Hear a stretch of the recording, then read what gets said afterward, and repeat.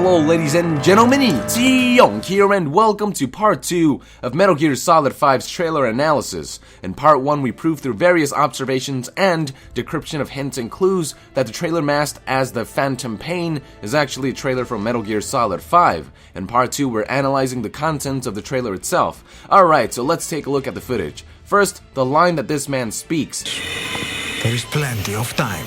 It almost seems like he knows what's coming, the killing that is. Also, right off the bat, we already see some key information. First up is the flag and the map. Now, I'm no expert in social studies, so I have no idea what location the map is showing. Let me know in the comments below if you have an idea, but I do know the flag is of Great Britain, which could be indication of the setting of the game. Or perhaps there are British employees who are very patriotic, but usually you put up a flag of a country you reside in, especially in a hospital. The flag could also just be symbolism or foreshadowing. After all, Liquid Snake was an agent of the SAS, British Army Special Forces, during the Gulf War, so the flag on the map can mean a variety of different things. Also, the person who's talking to the protagonist is rumored to be Dr. Marv from Metal Gear 2 Solid Snake. It's not just a resemblance that links these two together, it's also the accent, since Dr. Marv is a scientist from the Czech Republic.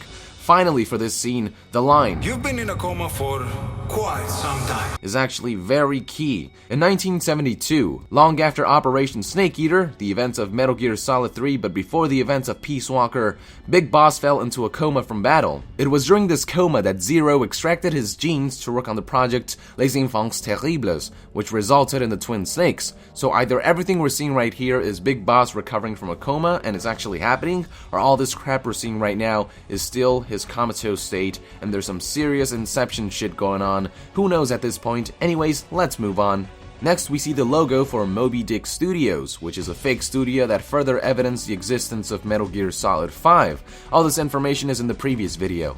Now here we see some very interesting things. First up are the petals. If you've played Metal Gear Solid 3, you will know this is reference to the field of flowers in which Big Boss battled his mentor. This is yet another hint that this could possibly be a dream in his comatose state, since stuff like this, symbols and elements of your past popping right in front of your eyes, doesn't happen in real life. And if it does for you, consult your doctor now. But more interesting is the hook he's got for an arm. How the hell did that happen? Nowhere in the Metal Gear lore have they hinted at a prosthetic arm. Perhaps this is one of those gaps in the lore that have yet to be filled. Or it's all a dream, and if it is, it's gotta have some kind of meaning. Perhaps this is also symbolism or foreshadowing, this time of Ocelot obtaining Liquid's arm to later become fully possessed. Here is yet another possible connection to Ground Zeroes. There's this man right here whose face is completely bandaged, like it's been burned or disfigured. Sound familiar? This could either be a reference to the disfigured man seen in Ground Zeroes, or this bandaged person may very well be him. After all, Ground Zeroes takes place after Big Boss wakes from the coma, while this trailer takes place during the coma, which explains Big Boss's younger look, and which brings up the possibility of the bandaged man being the disfigured person from Ground Zeroes himself. Now in this scene we see two things. First is the classic Metal Gear Solid style crawling.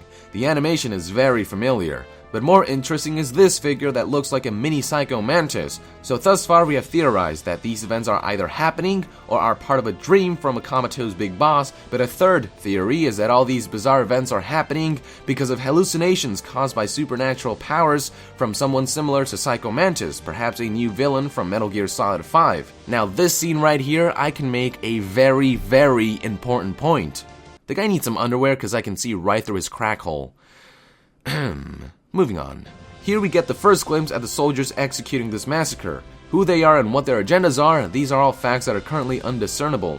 However, if you closely look at what the soldiers have equipped and then take a look at the soldiers in Ground Zeroes, you will see striking similarities, from color patterns to types of armor to even similar weapons. This could either be coincidence or they could be part of the same unit. Again, Ground Zeroes and MGS5 are closely linked, so seeing the same types of soldiers shouldn't be too surprising, although it does raise some questions. There are also certain soldiers that resemble various elements and assets from other MGS games. This guy, for example, is wearing armor reminiscent of various armors Big Boss has worn, such as the top half in Ground Zeroes and the bottom half in Portable Ops. Another soldier we get a glimpse of is this man right here, whom Metal Gear Solid fans will instantly recognize as Volgan. I mean, hell, look at these similarities. Almost the same armor and physique. It's gotta be him in some way, shape, or form, hallucination or not. There's more Metal Gear reference with this man right here, who resembles Raiden.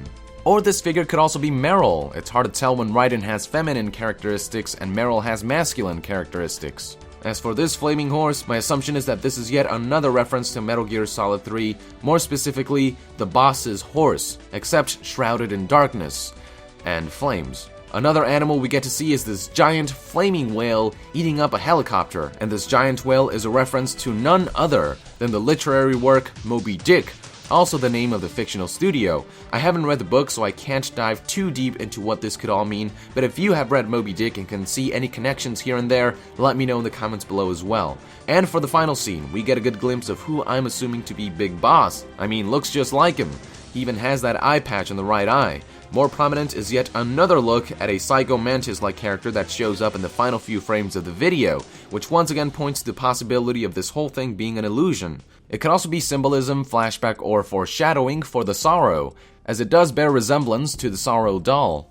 A final note that I want to add is that in VGA 10, the event during which this Phantom Pain trailer was unveiled, there were members of Konami and Metal Gear Solid production staff who were wearing Phantom Pain t-shirts. This guy, for example, his name is Kyle Cooper, a title sequence designer who was part of Metal Gear Solid 2 and Metal Gear Solid 3. And yet here he is, rocking a Phantom Pain t-shirt, and he wasn't the only one either.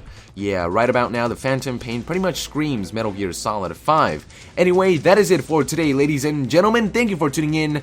Join the NASIAN and subscribe to Young Gear to be updated more on the Metal Gear saga, along with other AAA titles like Fallout 4, Grand Theft Auto 5, Zelda, Skyrim, and much more. For my Let's Play videos, head over to Young Gaming to watch me own some games. So subscribe to both and join the NASIAN, because every gamer needs an Asian. True story. Thank you very much, and Young out.